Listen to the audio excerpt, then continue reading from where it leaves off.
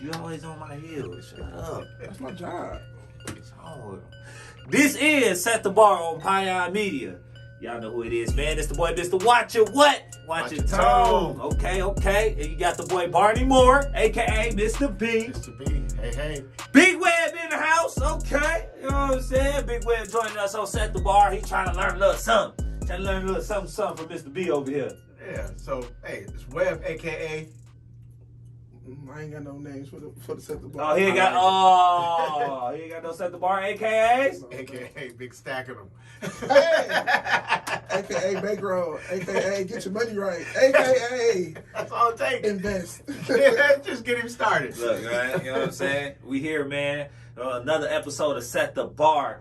And, man, let's just dive right into it. It's been a lot of things that we have missed over this last few weeks or whatever. No doubt. But Barney, man, money move. Who's made the big money move, man? Okay. I always say we got to talk about our boy Elon Musk. Oh, here we go. Right. Everybody think, he's a genius or a crazy man. It don't matter. A little bit of both. A little bit of both. I always like to talk about him. He hosted Saturday Night Live. Everybody know about that. But the big thing was his net worth went down $20 billion from the negative reaction from watching. People watching him on Saturday Night Live. Well, you said 20 million. 20 billion. What? With a B. Here's the crazy thing. He lost 20 billion, but he's still the third richest man in America. So crazy. Can I have that 20 billion? Yes, it's amazing. But the real thing I want to tell y'all, the most important thing he did was he said on live TV that Dogecoin and all that was a hustle. He said it was a hustle, which, as you know, caused a steep and drastic fall in cryptocurrency prices. What do you mean, man?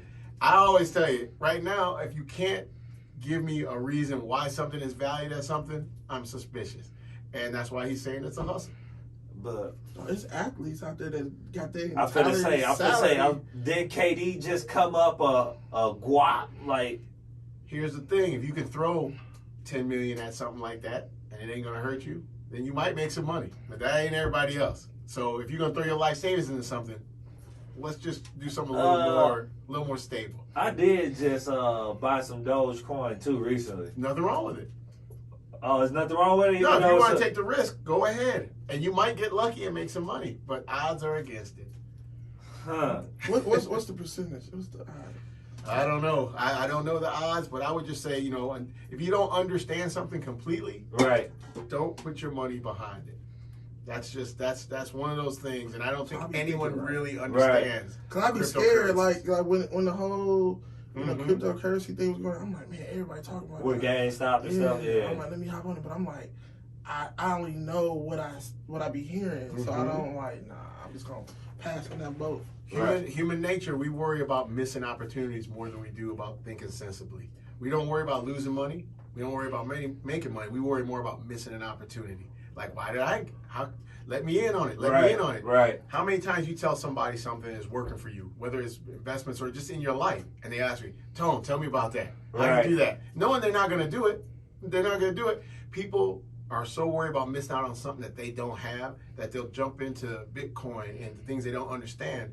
And it's never good. It's never a good thing if you don't understand what you put your money into. I mean, I know these last few episodes, we definitely had our boy Alejandro on.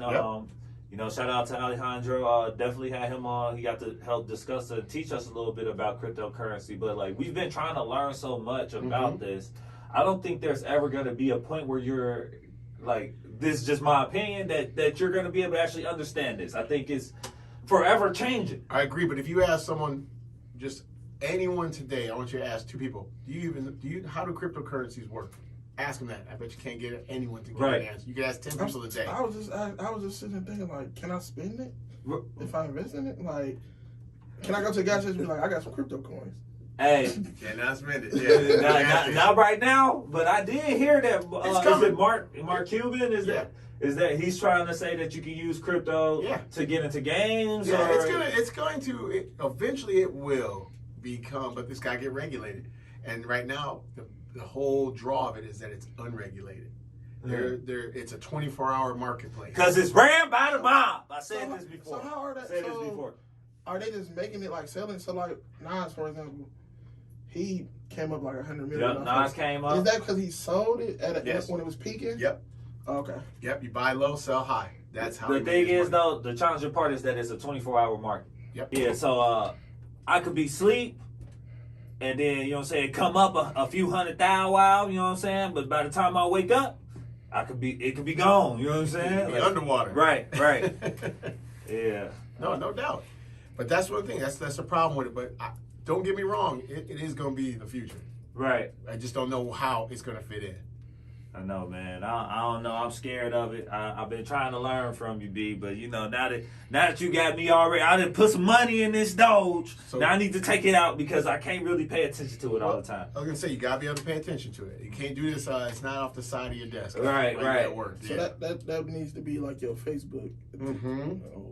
Nah, it probably needs to be used more than Facebook. I feel as much as you use Facebook. Yeah, man. Here's what I would say though: is that would you go buy a used car from somebody without ever test driving it? Nah. Without looking at the accident history. Nah. Carfax. Right. Yeah, right. But that's what you're doing with these digital currencies. You Right. don't know anything about it. You don't know anything about where it's from. You don't even know who invented some of it. It's like, and that's the biggest problem because there's so many out there. Like, how do you know which one to attack? How do you know? How do you know if somebody's scamming you or not? That's it. During the Saturday Night Live episode with Elon Musk, it was $2.5 million was lost to scammers impersonating on Twitter, online, saying that they were Elon Musk's company and they were investing in cryptocurrencies. People were sending them money, trying to get rich quick.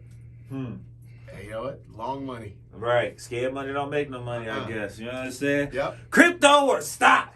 That's our next segment right now, man. We're going into crypto or stock, but instead of actually, you know what I'm saying, embarking in just that, what we gonna jump into is inflations. So I get a lot of questions though, like what is inflation? Yep. I hear about it on the news all the time, so I just wanted to say a quick one. It's easy, I'm gonna do just this is a basic explanation though. It's it occurs when prices increase and the purchasing power of your money decreases. Okay, and so what I tell everybody is a good example of inflation. Say that once more. It's inflation occurs when prices rise, which decreases your purchasing power. Okay. So I'll give you an example. In 1980, like average cost to go to a movie was $2. Okay. What? So if you had 1980, it's $2 to go to a movie. So let's say if you had $10 in 1980, you kept that $10 from 1980, put it in a box, and then took it out today. Nothing. That $10 has not changed. Right. But if you go to the movie now, it's $10 to get in the movie. So that $10, even though that $10 itself has not changed since 1980, it now buys 2 less movie tickets than it would have 20 years ago. You see what I'm saying? So that's inflation. The cost of the movie hasn't changed. The $10 bill has not changed. But what that $10 buys has gone down, has changed. That's inflation. Yeah. And here's the crazy thing about inflation. Like right now, you think gas is expensive because you always see things that's like, oh, it's 25 cents a gallon. You know that actually back then, that was a higher cost than what we're paying now. Paying $3. Yeah, that's a good example of inflation actually right there, Webb. That's it right there. That 25 cent, when you compare it to how much it costs to buy a car, how much it costs to fill your car up, compared to now, and you do that using inflation, it's a whole different value now. And that's why I say people right now, it's not too bad. Gas isn't that expensive if you think about it. If you're from the 19 wins. Yes, from the 1900s. But so that's why I say, inflation is good and bad. Right. But one of the things that happen is when there's too much cash in an economy, right now we have too much because of the pandemic. Pandemic created people staying at home, not spending money. People stacked up money. Companies stacked up money. They weren't paying rent on buildings. So like right now, this is a prime time for inflation to maybe happen. So, go ahead. I was gonna say, is that what causes inflation? I guess there's a lot of causes. Just from economic policies to the Fed rate and all interest rates, things like that. But mainly, it's really just because when there's just more cash, the amount of cash increases to the point where now that money is devalued and it's not going to buy as much. And so it's tough, it's just basically it causes inflation. When the total money in an economy, the money supply increases too rapidly, the quality of the money, the value of the currency goes down. That's inflation. So basically, these Cash. Mm-hmm. Cold hard cash. So basically, these what they call them that they was giving us. The stimmies. The stimulus hurt us more than helped us. And yes, they needed to. It was necessary, but it's going to be one of the causes of a little short-term inflation spike. It is. It's going to be part of it contributing.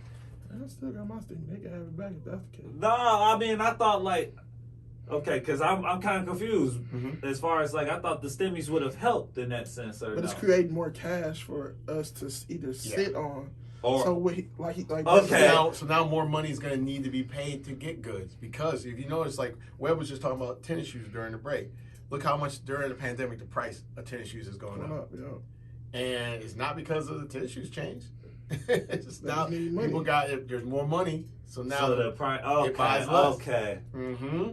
Jesus. See? Okay. It's a complicated thought, but if you think about it, it's pretty simple, straightforward. How inflation, Man, B. Oh. He just really broke that down. Right. He just broke that down, man. Inflations. And again, it's a big. I'm giving a very simplified explanation, but that's the basis. So if you like dig into it a little bit more, Good question. So so obviously we're facing a time where we're about to go through inflation. How long do you say that will last? I think we're gonna have a short-term spike this year. I think it'll be 3 to 6. I would say probably maybe 6 months. We'll see a little spike in inflation. And this is just his guess, guys. It's just my guess. It's just his guess. And then I think we'll see some correction, and it should taper off a little bit. But there's also a good possibility that the next 18 months will be a little bit. We'll see a lot of inflation. I know for like after June 1st, the bars are gonna make some money. It's gonna be I mean, because everything's opening back up. But then you got everybody that's gonna want to kick it, hang out. But then, like he said, that's gonna be an opportunity for them to raise their prices and drinks, because you're gonna pay it because you're out, right? And you're gonna want to be out because we out at capacity, no mask, all that. So that's gonna be a perfect time for the owners them to make back some of their money, right? Exactly, because when do prices always go up? When they got you. Once they got you, they know that you want something, prices start creeping up. The crazy thing is, I know you mentioned the stimmies, but the stimmies are still coming every month to parents. Yeah. Did y'all know that? Yes, I did. I'm not a kid. I mean, I don't have a kid. I thought you had two of them. I think. What? Oh. What's wrong with you? What? Watch your what? Hey, watch your mouth. Watch your mouth. But so how do y'all feel about the stimulus? Do you think it's good or bad for people to keep getting this money coming in? The thing is, okay, when they said they was gonna stop having to pay rent, my question was, are you gonna eventually make them pay it back? Or is it just going to be washed? Right. Because if it's washed, you don't need no stimmy. Right. You don't need a stimmy. But if you're going to if I'm going to eventually have to pay it, then you need it. Exactly. And the thing is, like, I think there's this idea that a lot of people are just taking that money and not, like, for those who are out of work right now, why would I go to work if I'm getting a weekly check from the government? That's more than what I make. That's more than what, you know what I'm saying? So it's like, some people are, taking advantage of that. You know what I mean? But everybody takes advantage. That's the human nature. That's right. People take advantage of our kindness every day. And this is an example of people taking advantage of our kindness, because we all voted, like, nobody has a problem with it. But at the same time, I understand. If you're making more money sitting at home, why not sit at home? Some people have never even seen this amount of money, you know what I'm saying? Or never made this amount of money in a year, let alone their life, you know what I mean? I mean, I was fortunate not to continue to work through the pandemic. So, Same. I could see how it would benefit others that wasn't working, but like, I don't know, like, because eventually it's gonna come back and bite me in the butt still, because I got the stimmy, but I wasn't getting the extra money from employment. Right. I didn't get the food stamps where they gave extra money for having kids because I don't have kids. Right. So I really didn't benefit from the government aid except the stimmies that came out. Right. So, but after having this talk with you, it sounds like it's gonna hurt people like me more than it's gonna help. when you borrow from Peter to pay Paul, at some point you still gotta get that money's coming from somewhere, and it's gonna come from all of us paying taxes a little bit more. And I'm okay with that as long as the higher income people in the millions and millions of dollars, as long as they're taxed the same as we are, I'm okay with it. I just want to be able to show progression as people. You know what I'm saying? And just and if this will help us, you know, move that marker that close, you know what I'm saying, that much closer, then I'm not mad at people who took advantage of the opportunity. I'm not either. It was, and I would tell you this, it was good. It was good. This was one of the few times where the government just said, hey, we're just going to try to help people. Right. There was no plan behind it. Maybe that's a criticism too, but I'm just glad the money came out there because there's people hurting. Right. And we all know people who is in that service industry. They depend on bartending or waitressing for their livelihood, paying rent. They needed that money, so I was glad that it came out. I'm glad it came out. And that's a good segue for the Set the Bar Spotlight, man. We're going to go ahead and give a shout out to a few of our favorite bars, man. You know, let's go ahead and shout them out. I'm going to start off with mine, you know what I'm saying? Shout out to Lotus Slate, man. Make sure y'all check out Lotus Slate. Fire brunch on Saturdays. Make sure y'all go check that out, you know what I'm saying? Set the Bar was filmed and still will be filmed at Lotus Slate on Saturdays. Oh yes, yes indeed. They were the genesis of this. Show. Most definitely.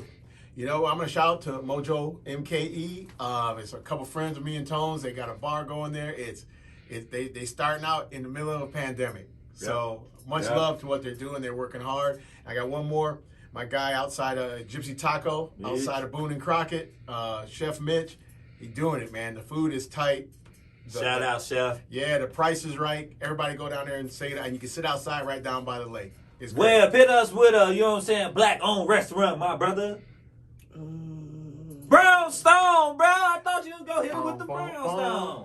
Brownstone. How many times I just shouted out Brownstone? Keep shouting them out, bro. Man, hey. Keep them. Shout out Brownstone. Brownstone. Social Lounge, man. Oh, you know yeah. what I'm saying? Oh, Definitely huge shout out to them. If y'all haven't been there, man, they got a fire chicken Alfredo flatbread. Yes, yeah, sir. y'all gotta check that out, man. But yeah, best advice Tone ever gave me was go try that out. I ain't gonna lie to y'all, man. I put him on. Oh, look at that.